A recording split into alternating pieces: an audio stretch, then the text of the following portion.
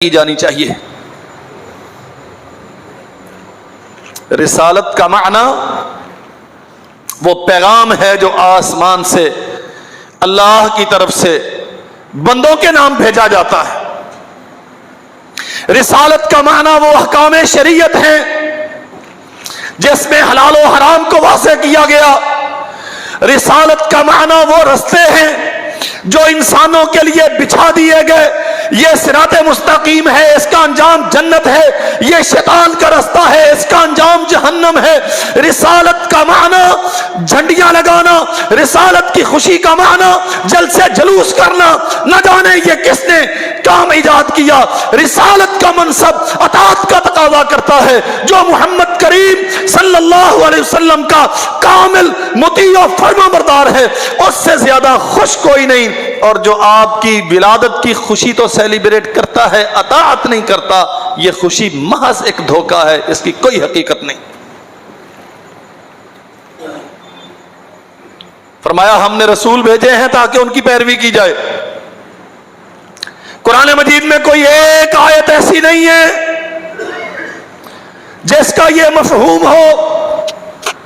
حدیث رسول صلی اللہ علیہ وسلم کے پورے ذخیرہ میں کوئی ایک روایت ایسی نہیں ہے جس کا یہ معنی ہو کہ رسول اس لیے بھیجے گئے ان کے نام کے جشن منائے جائیں۔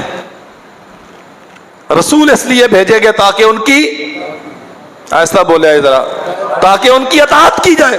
یا ایھا الذین آمنوا اطیعوا اللہ واطیعوا الرسول ولا تبطلوا اعمالکم، ایمان والو اللہ اور اس کے رسول کی اطاعت کرو، نہیں کرو گے تو اعمال ضائع ہو جائیں گے۔ یہ ہمارا موضوع چل رہا ہے نا، اعمال کیسے ضائع ہوتے ہیں۔ کئی ہزار روپیہ لگایا ہے اپنے مکان کی ڈیکوریشن کے لیے آمد رسول کی خوشی میں، یہ بہت بڑا عمل ہے۔ پیسے خرچ کرنا، اللہ، سال بھر تھوڑا تھوڑا بچا بچا کے رکھا ہے محفل نعت کے لیے جو ربیع الاول کی مناسبت سے برپا کی جائے گی۔ پورے محلے کے دروازے بجا بجا کے فنڈ جمع کیا ہے جھنڈیاں لگانے کے لیے۔ محنت ہے، راتوں کا جاگنا ہے، مسلسل مشقت ہے، کوئی شک نہیں اس میں۔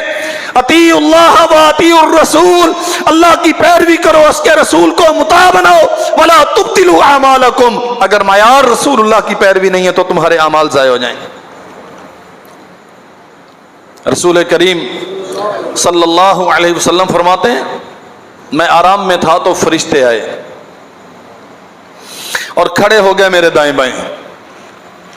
ایک دوسرے سے پوچھتا ہے یہ وہی ہیں جس کی طرف ہمیں بھیجا گیا؟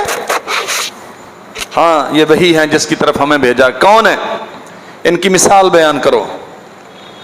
کہتے ہیں ان کی مثال ایسے ہے جیسے کسی گھر بنانے والے نے گھر بنایا،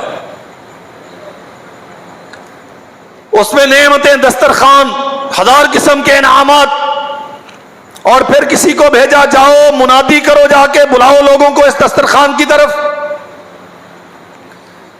وہ پہلے والا استفسار کرتا ہے ذرا وضاحت سے بتائیے معنی کیا ہے آپ کے قول کا؟ کہتے ہیں گھر سے مراد جنت ہے، بنانے والا اللہ ہے۔ والداعی محمد صلی اللہ علیہ وسلم، اللہ نے جنت بنا دی، اس کی نعمتیں سجا دی، اس میں ہزار ہا قسم کے انعامات اہل جنت کے لیے، اہل ایمان کے لیے، صالحین کے لیے بے شمار قسم کی برکتیں اللہ نے جنت میں بھر دی، اور سرور کونین صلی اللہ علیہ وسلم کو بھیجا جائیے ساری انسانیت کو اس جنت کی دعوت دیجیے۔ آپ کا مقام کیا ہے؟ آمنہ کے گھر میں پیدا ہوئے، اس سے کون منکر ہے؟ ابو طالب کے بھتیجے تھے، یہ مسلم ہے۔ عبد المطلب کے پوتے تھے، اس کا انکار کون کرتا ہے؟ آپ کے آنے سے بہاریں آ گئی، خوشیاں ہو گئی، سب کچھ مان لیا، لیکن بھائیوں اس سے آگے بھی کچھ ہے